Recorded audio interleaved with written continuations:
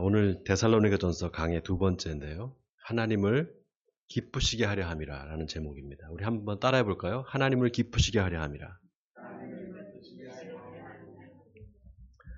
예수 믿는 사람들한테 당신은 왜 예수를 믿습니까? 이렇게 물어보면요. 대부분의 사람들이 천국에 가려고 믿습니다. 이렇게 대답을 합니다.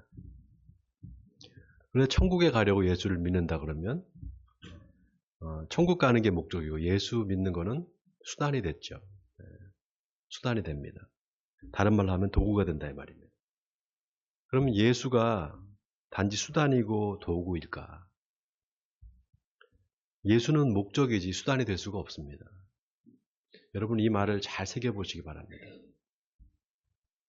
예를 들면 좋은 대학에 가기 위해서 열심히 공부를 한다. 좋은 대학 가는 게 목적이고 공부는 수단이 되죠. 그런데 공부가 재미있으면 괜찮은데 공부가 죽기보다 싫다 그러면 어떻게 될까요? 대학 가는 거를 포기하거나 아니면은 싫어도 억지로 공부를 해야 되겠죠. 그럼 학교 생활이 얼마나 힘들겠어요. 신앙생활도 마찬가지가 아닐까 싶습니다. 얼마 전에 그 유튜브에 유퀴즈라고 여러분 아세요? 유퀴즈 on the block. 네, 그 유재석 씨하고 조세호 씨가 이제 진행하는 프로그램인데 거기에 이제 게스트를 초대해서 여러 가지 이제 질문을 해서 맞추면 상금을 주고 뭐 그런 프로그램이에요. 근데 거기 게스트로 누가 나왔는가 하면 우리나라 최초로 수능 만점을 받은 오승은이라는 여자분이 나왔어요. 지금은 이분이 어느 대학교의 교수입니다. 근데 1998년 당시에 수능 만점을 받았어요. 그래서 서울대 물리학과를 들어갑니다. 근데 이분이 한 번도 학원을 다져본 적이 없어요.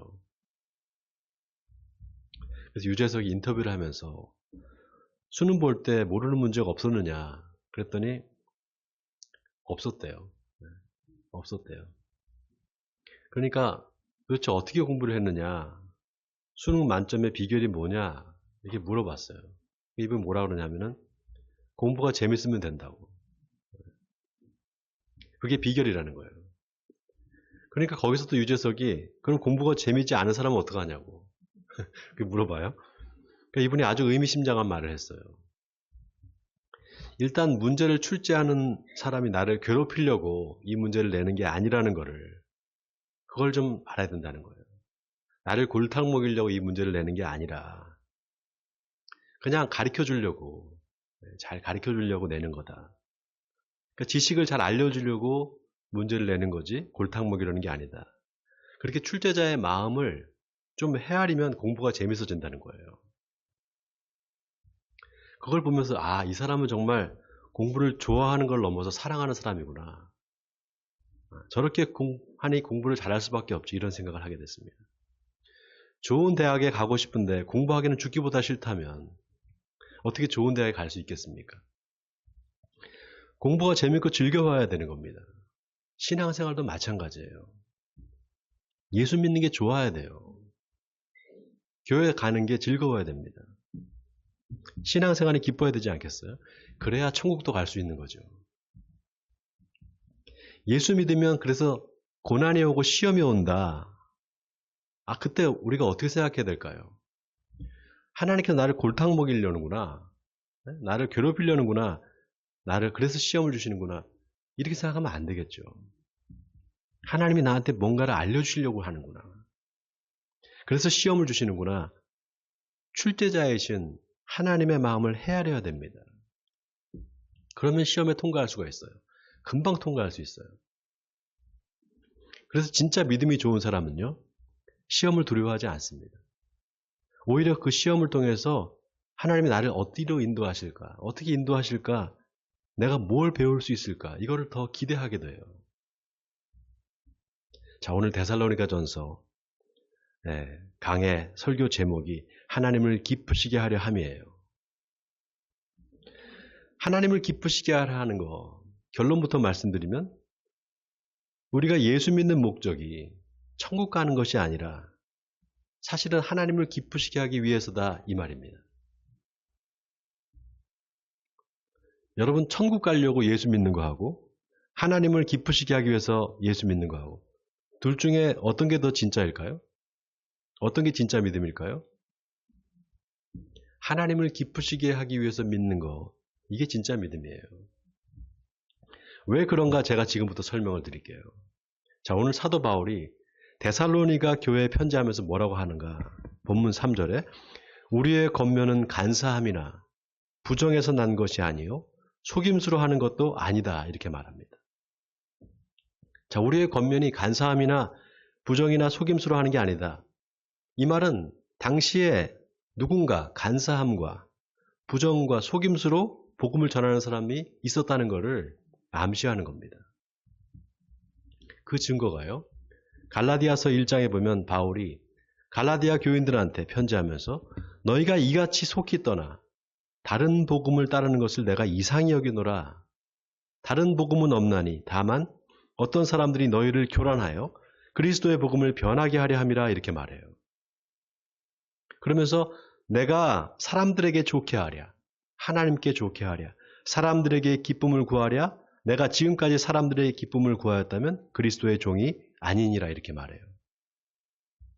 자, 이걸 보면은 사도 바울이 전한 복음이 분명히 복음을 전했는데 그 이후에 다른 복음이 들어왔다는 겁니다.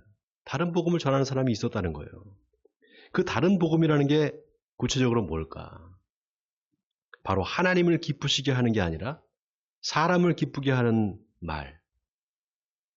다시 말해서 간사함과 부정과 속임수로 전하는 복음을 말하는 겁니다.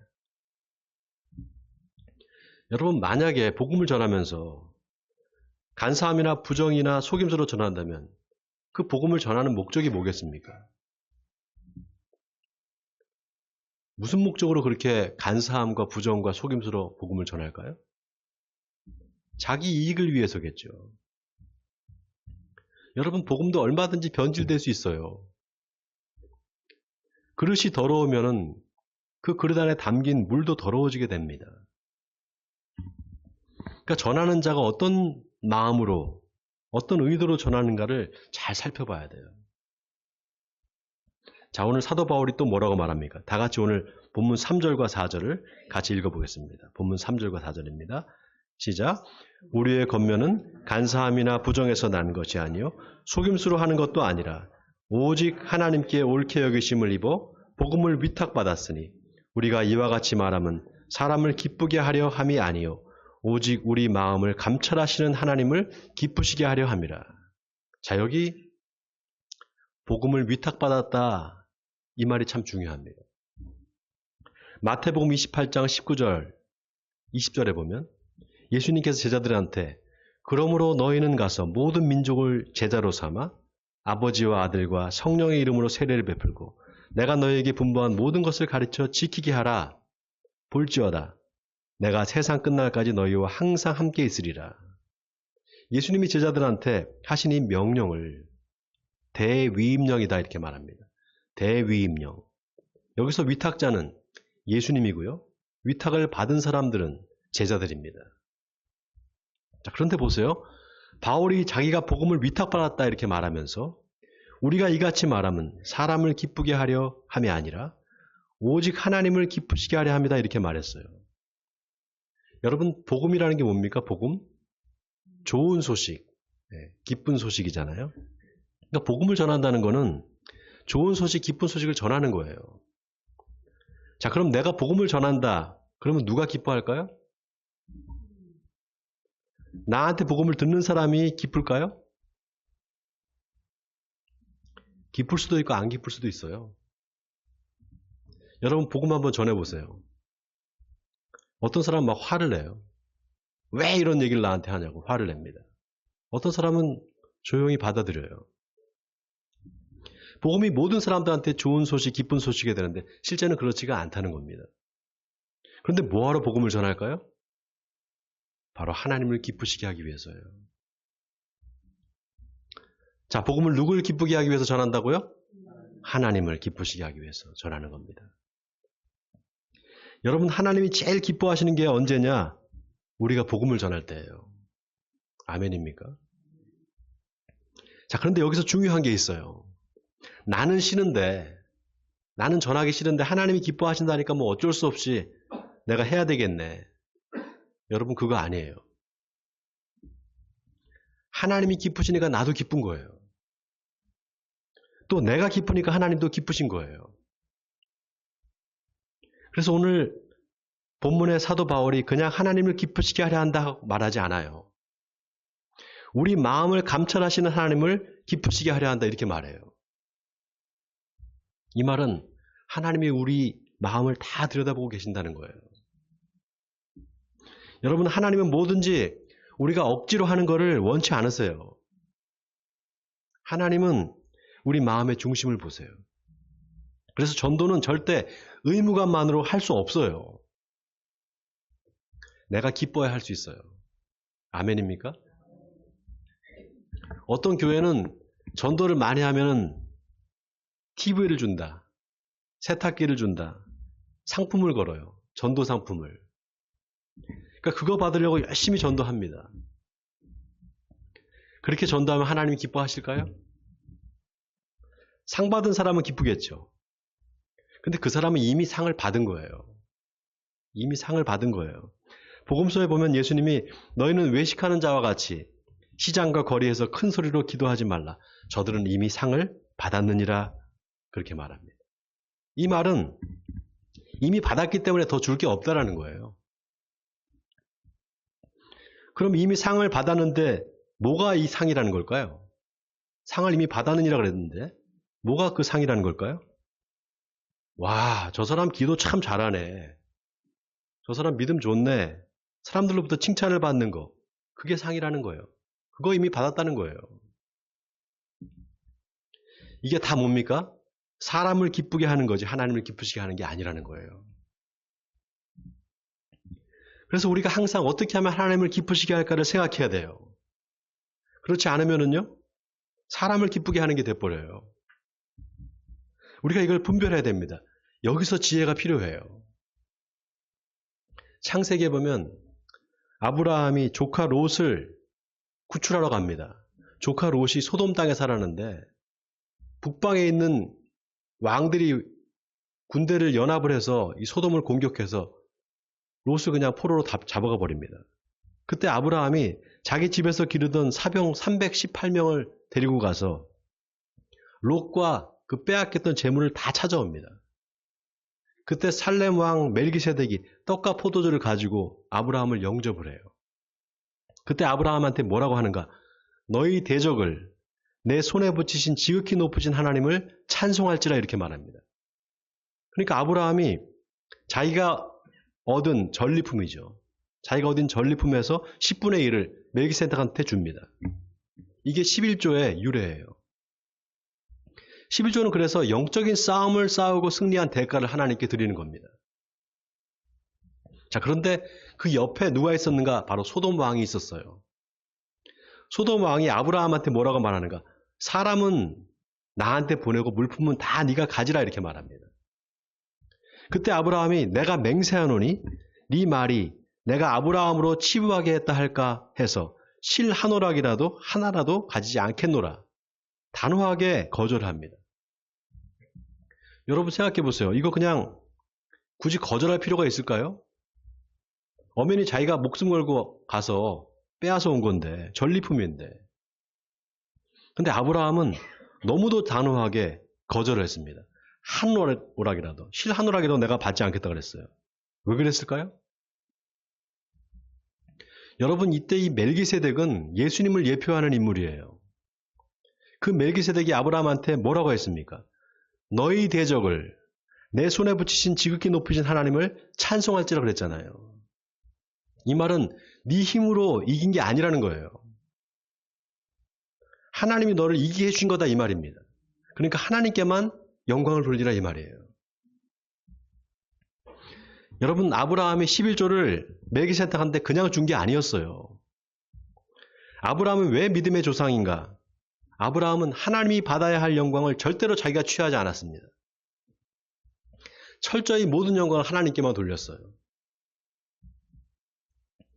여러분, 우리가 사람을 기쁘게 하면 하나님께 받을 상이 없습니다. 오직 하나님을 기쁘시게 할 때만 상이 있어요. 아멘입니까? 요한복음 5장에 보면 예수님이 유대인들한테 너희가 성경에서 영생을 얻는 줄 알고 성경을 연구하는데 이 성경이 다 나에 대한 이야기다. 그런데 너희가 영생을 얻기 위해 나한테 오기를 원하지는 않는구나 이렇게 말합니다. 그러면서 나는 사람에게서 영광을 취하지 아니하노라. 다만 하나님을 사랑하는 것이 너희 속에 없음을 알아노라 이렇게 말해요. 여러분 이 말이 무슨 말입니까? 성경이 다 나에 대한 이야기인데 정작 성경은 열심히 연구하면서 나한테 오지는 않는다는 거예요. 여러분 성경을 읽으면 성경을 계속 연구하다 보면 예수님을 만날 수밖에 없어요. 그리고 예수님을 만나면 그분을 사랑할 수밖에 없습니다. 근데 어찌된 일인지 예수님이 오셨는데 그 성경에서 말하는 증언하는 예수님이 오셨는데 유대인들이 가까이 오지를 않는 거예요. 더 놀라운 게 예수님이 또 뭐라고 하시는가 하면은요. 나는 내 아버지의 이름으로 왔음에 너희가 영접하지 아니하나 만일 다른 사람이 자기 이름으로 오면 영접하리라. 너희가 서로 영광을 취하고 유일하신 하나님께로부터 오는 영광은 구하지 아니하니 어찌 나를 믿을 수 있겠느냐 이렇게 말씀하십니다. 자 여기 내 아버지의 이름으로 내가 왔는데 너희가 영접하지 않았어. 근데 다른 사람이 자기 이름으로 오면 영접할 거라는 겁니다. 여러분 이 말이 무슨 말일까요? 이 말이 아주 의미심장해요. 요한복음 5장 31절 32절에서 예수님이 뭐라고 하시는가 하면요. 내가 만일 나를 위하여 증언하면 내 증언은 참되지 아니하되 나를 위하여 증언하시는 이가 따로 있으니 나를 위하여 증언하시는 그 증언이 참인 줄 아노라 이렇게 말합니다. 이 말은 내가 지금 내 말을 하는 게 아니라 하나님이 내 안에서 말씀하신다 이 말입니다. 여러분 예수님은 단 한 번도 자기 말을 하신 적이 없어요. 자기 말로 사람을 가르친 적이 없습니다. 예수님의 말씀은 다 하나님의 말씀이에요. 여러분 예수님이 자기가 하나님의 아들이라 그랬잖아요. 그것도 그냥 아들이 아니라 하나밖에 없는 아들이라 그랬습니다. 이 말은 다시 말하면 내가 하나님이다 이 말이에요. 근데 너희가 나를 영접하지 않았다는 겁니다. 근데 만약에 다른 사람의 이름으로 왔으면 영접했을 거라는 거예요. 자기 말을 하지 않고 오직 하나님의 말씀만 전하면 영접하지 않고 자기 말을 하고 자기 이름을 내는 사람은 영접한다는 거예요. 여러분 목회자가 하나님의 말씀을 전하지 않고 자기 말을 한다고 생각해 보세요. 설교 때마다 자기 말을 자꾸 한다고 생각해 보세요. 그거 이상하잖아요. 근데 사람들이 그런 목사를 좋아하고 쫓아다녀요. 그런 사람을 따라다닙니다. 또 유명한 교회 아무개 목사다 그러면 무조건 신뢰를 해요. 심지어 그 교회 목사님 밑에서 부목사를 한 사람이 어디서 개척을 했다 하면 거기 막 사람들이 금방 모입니다. 왜 그럴까요? 예수님이 그 답을 말씀해 주셨어요.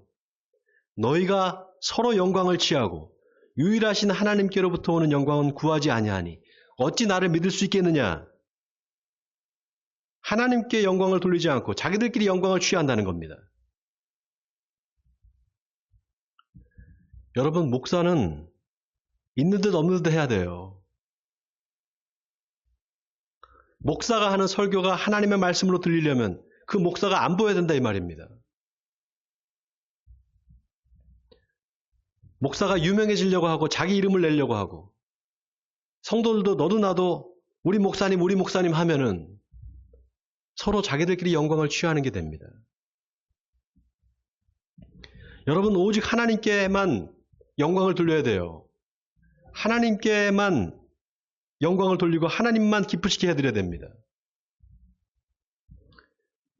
그러면 우리한테는 아무것도 그러면 없는 건가? 아무것도 떨어지는 게 없는 건가? 아니에요. 자, 오늘 사도 바울이 아주 기가 막힌 말을 했어요. 자, 다 같이 본문 7절과 8절을 우리 같이 읽어보겠습니다. 본문 7절과 8절입니다. 시작.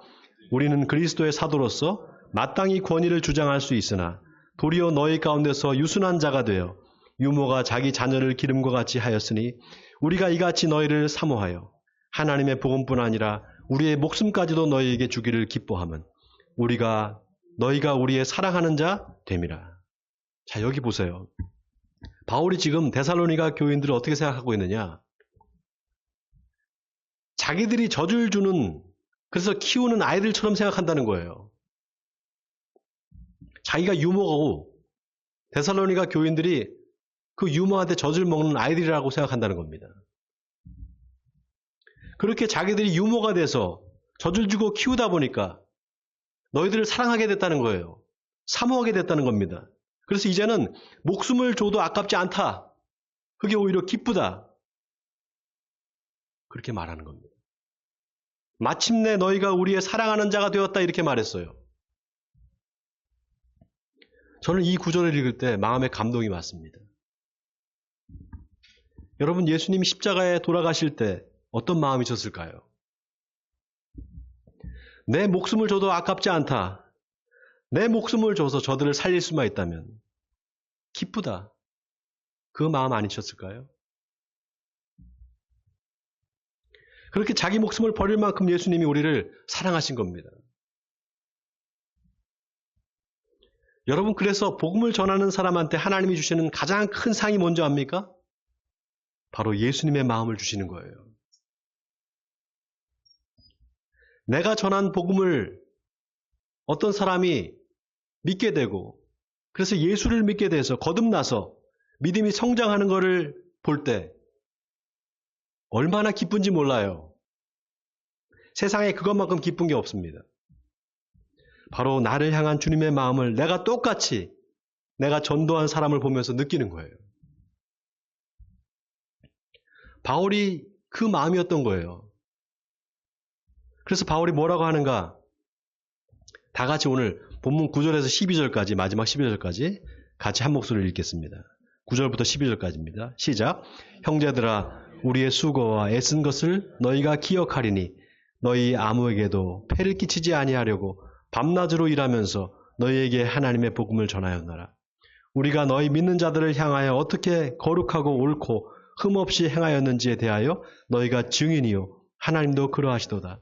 너희도 아는 바와 같이 우리가 너희 각 사람에게 아버지가 자기 자녀에게 하듯 권면하고 위로하고 경계하노니 이는 너희를 부르사 자기 나라와 영광에 이르게 하시는 하나님께 합당히 행하게 하려 함이라. 자, 여기 11절에 우리가 너희 각 사람에게 아버지가 자기 자녀에게 하듯 권면하고 위로하고 경계하노니 이렇게 말합니다. 이 말은 데살로니가 교인들을 대할 때 하나님의 아버지의 마음으로 대했다는 거예요. 그리고 이어지는 12절에 이는 너희를 부르사 자기 나라와 영광에 이르게 하시는 하나님께 합당히 행하게 하려 함이라 이렇게 말했습니다. 자, 여기 하나님께 합당히 행하게 하려 합니다. 이 말은 다시 말하면 이 모든 것이 사람을 기쁘게 하기 위해서가 아니라 하나님을 기쁘시게 하기 위해서 했다는 겁니다. 사랑하는 성도 여러분, 내가 하나님을 기쁘시게 한다는 건 다른 게 아닙니다. 바로 내 마음이 하나님의 마음이 되는 겁니다. 예수님은 천국이 그런 사람들의 것이라고 말했습니다. 심령이 가난한 자는 복이 있나니 천국이 그들의 것이며 애통하는 자는 복이 있나니 그들이 위로를 받을 것이며 온유한 자는 복이 있나니 그들이 땅을 기업으로 받을 것이며 의에 줄이고 목마른 자는 복이 있나니 그들이 배부를 것이며 긍휼히 여기는 자는 복이 있나니 긍휼히 여김을 받을 것이며 마음이 청결한 자는 복이 있나니 그들이 하나님을 볼 것이며 화평하게 하는 자는 복이 있나니 그들이 하나님의 아들이라 일컬음을 받을 것이며 의를 위하여 박해를 받은 자는 복이 있나니 천국이 그들의 것임이라. 예수님의 이 산상수훈의 말씀은 다 하나님의 마음을 말씀하는 겁니다. 하나님의 긍휼하심과 사랑의 마음을 품는 사람, 그래서 가난한 심령으로 회개하고 불의 앞에 애통해야 하고 온유하고 청결하고 화평케 하고 의를 위해서 박해받는 것을 두려워하지 않는 그 사람이 바로 천국에 갈 사람이다 이 말입니다. 아니, 그 사람은 이미 천국에 있는 거나 마찬가지라는 말입니다. 바라기는 여러분 모두 하나님을 기쁘시게 하는 사람이 되기를 바랍니다. 그래서 이 땅에 살면서 천국 시민으로 살고 또 죽어서 영원한 하늘나라 천국에 들어가시는 에베네zer 성도님들이 되시기를 주님의 이름으로 간절히 축원드립니다.